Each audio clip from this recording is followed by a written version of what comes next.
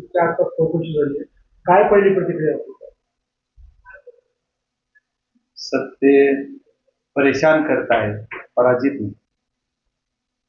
त्यामुळं ही चौकशीचा भाग आहे. चौकशीला पूर्ण सामोरं जाणार मी सांगितलं आणि मी त्याला चौकशीला पाठवलं आणि पोलिसला जे लागेल त्या बाबतीत मदत करायला मी तयार आहे.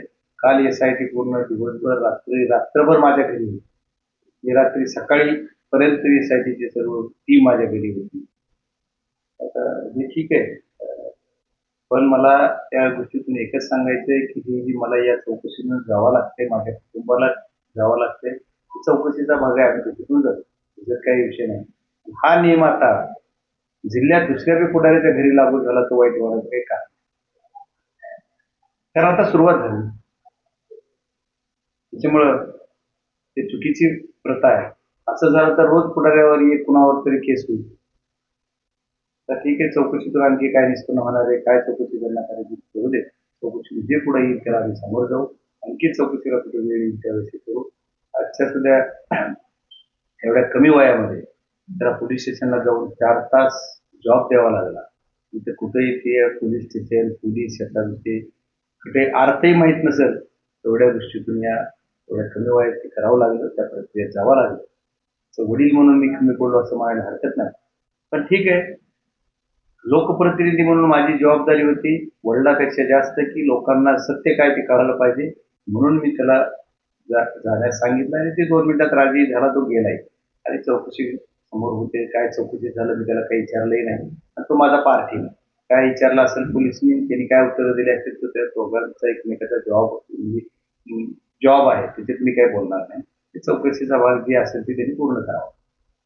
मात्र आता अधिकाऱ्यांनी सांगितलं की काल सुद्धा यासाठी बदल होतं त्यांनी हार गाडी त्या ठिकाणी घटनास्थळावरती गेली असं त्यांच्याकडून आरोप केला गेला. त्या अंगी तपास अधिकाऱ्यांनी सांगितलं असेल, त्यांनी काय सांगतात त्याच्यावर आता मी काय बोलावं. तुम्ही सर्व मीडिया आहे, रोज वेगळं उत्तर दिलं जातंय, हे वेगळा प्रश्न केला जातो. एकदा थार गाडी गेली म्हणलं जातंय, एकदा थार गाडीमध्ये माझा मुलगा होता म्हणलं जातंय, एकदा असं सांगितलं जातंय की नाही त्या मुलांना गाडीत घेऊन घेतला, एकदा सांगितलं जाते की पोलिसला दाब दिला, एकदा सांगितलं जातं की गुन्हा नोंद करायचा नाही म्हणून त्यांनी सांगितलं. मग या वेगळ्या वेगळ्या वल्गना एक कुठला तरी स्टँड आहे का? की पहिल्या क्षणाला मीडिया समोर येऊन मुंबईतून सांगितलं माझा मुलगा याच्या दोषी असेल तर त्याच्यावर कारवाई करा. तुम्ही एक तर सांगा. रोज वेगळं बोललं जाते. आता कुठंतरी मी काहीतरी बघतोय, आता मला ह्या प्रत्येक गोष्टीला उत्तर मी द्यायचा विषय नाही, पण कुठं आमच्याकडे आता त्या मुलांनी कधी कुणाला त्याची आतापर्यंतच्या आयुष्यातले बालपणापासून आता तो 22 वर्षाचा झालाय, त्यामुळे काळापर्यंत पूर्ण व्हिडिओ काढा सोशल मीडियाला कुठं असले तर त्यानं दिसतं. कुणाला रागावून बघितलेलं जर झालं ना तर मी स्वतः जिथं म्हणेल तिथं जर माफी मागेल. हा मुलगा आहे तो, त्याच्या आईला काय वाटेल, त्याच्या आजीला काय वाटेल, सगळ्यांना काय वाटेल हा पण विषय आहे. विनाकारण असेल तर ठीक आहे, बाकीचं असू दे. पण ते काय म्हणते पोलीस ते विषय तपासाचा आहे, पोलिसने तपासावा कार गाडी कुणाची आली तर. आता माझं सगळं म्हणलं ना, रात्रभर पोलीस सगळं CCTV फॉरेन्सिक लॅबची टीम होती, डिव्हाइसेस स्वतः होते, जी SITचे प्रमुख आहेत, सर्वच जण होते ना.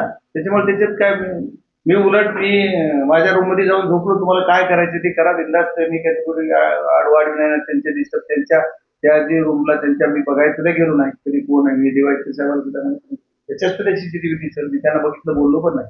त्याच्यामुळे तुम्ही तुमचा तपासाचा भाग तपासा. आता 4 तासाची चौकशी झाल्यानंतर गेल्यानंतर तुम्ही काय नेमकं बोललं, काय घडलं ते बघा. भीतीच्या अंती आल्यानंतर मला काय वाटलं असेल हा भाग वेगळा आहे. तो घरी आल्यानंतर मला काय वाटलं हे मी तुम्हाला कसं व्यक्त करणार आहे हा विषय थोडं नाही. पण मी भेटल्यानंतर त्याच्या चेहऱ्याकडे बघितलं आणि त्याने लागलीच दुसऱ्या मिनिटात माझ्या घरातलंच एक लग्न आहे, त्या लग्नासाठी तो गेलेला आणि कुणीही आमच्या घरातलं त्या लग्नाला गेलं नाही. माझी जबाबदारी आहे त्या घरातल्या लग्नाला जाणं पाहिजे होतं आणि आमच्या घरातले ऑल प्रत्येक त्या फंक्शनला असतात, पण बायकोला तरी 4 वेळेस म्हणलं पण मानसिकतेत नव्हती म्हणून ती गेली नाही. आता मुलगा पोलीस स्टेशनमध्ये आणि पुढे जाणं ते आमचं दुर्भाग्य समजा की त्या लग्नाला तर ते हा 2 मिनिटात लगेच इथं घरात पाऊल ठेवला. तुम्ही बघितलं, तुम्ही मागे चालाय तर तो गेला नाही. म्हणजे त्याला सुद्धा की किती सोजेपणा हे सुद्धा बघितलं पाहिजे. तो गेला. तर ठीक आहे, त्याच्यामुळे काय काय बोललो नाही तर काहीच बोललो नाही, फक्त नजरेला नजर झाली.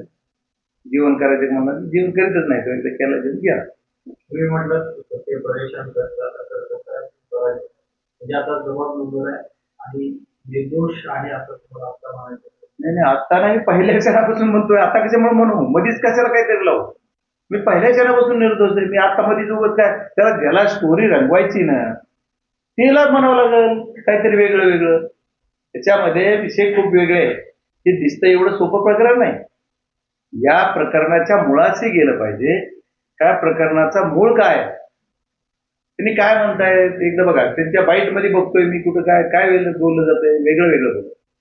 एकदा सांगितलं जातंय की आम्ही सर्वजण जी मंडळी आहोत, तर हे सर्वजण आम्ही हे असताना ही लोक मारायला आले. कुणाला? माने नावाच्या, उमेश माने नावाच्या व्यक्तीला. आणि त्याला मारताना मारायचं सोडून आमच्या भावाला मार, असं कधी होतंय का? तर ती काय घटना घडली याची सत्य परिस्थिती सीसीटीव्ही कुठे आले, तर त्याच्या पुढे मी सांगतो की मानेलाच मारायला हे लोक का, याची पार्श्वभूमी तुम्ही याच्या अगोदर कुठं कुठं काय काय केसेस कॉम्प्रोमाइज केल्या, काय काय केलं त्याच्यात. तुम्ही आज जी फिर्यादी तो आहे, जो मयत आहे तो आहे, जो माने आहे तो आहे. मग मानेवर आरोप आहेत, तर मानेचे आरोप लपवायसाठी आडून मयताचे आडून वार करता आमच्यावर. मानेचे काय घटना आहे त्या तुम्ही काढा. आणि पोलिसला सुद्धा मी सांगणार आहे, हे प्रकरण वेगळ्या वळणावर न्यायचं काम केलंय आणि पोलिसांनी सुद्धा याची सत्यता तपासली पाहिजे. माझा बीड जिल्हा पोलीसवर प्रचंड भरोसा आहे, ते 100% काढते की कुठल्या प्रकरणातून हे प्रकरण आलं. तुम्ही या सर्व गोष्टी आमच्या महिला भगिनीला त्रास देता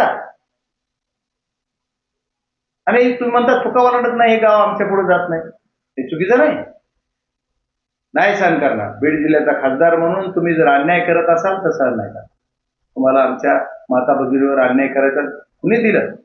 सत्यता तपासा, त्या गावामध्ये कॅमेरे लावा आणि त्या गावात जाऊन सत्य, जर तुम्ही सीआयडीची टीम लावली होती, सीआयडीची, तुम्ही एसआयटी म्हणता, मी सीआयडीचा तपास करा म्हणणार आहे. माझा मुलगा बी असतो तिथे, सीआयडी मध्ये तपास घेऊन सांगणार आहे मी याच्यात काय ते सत्य करा.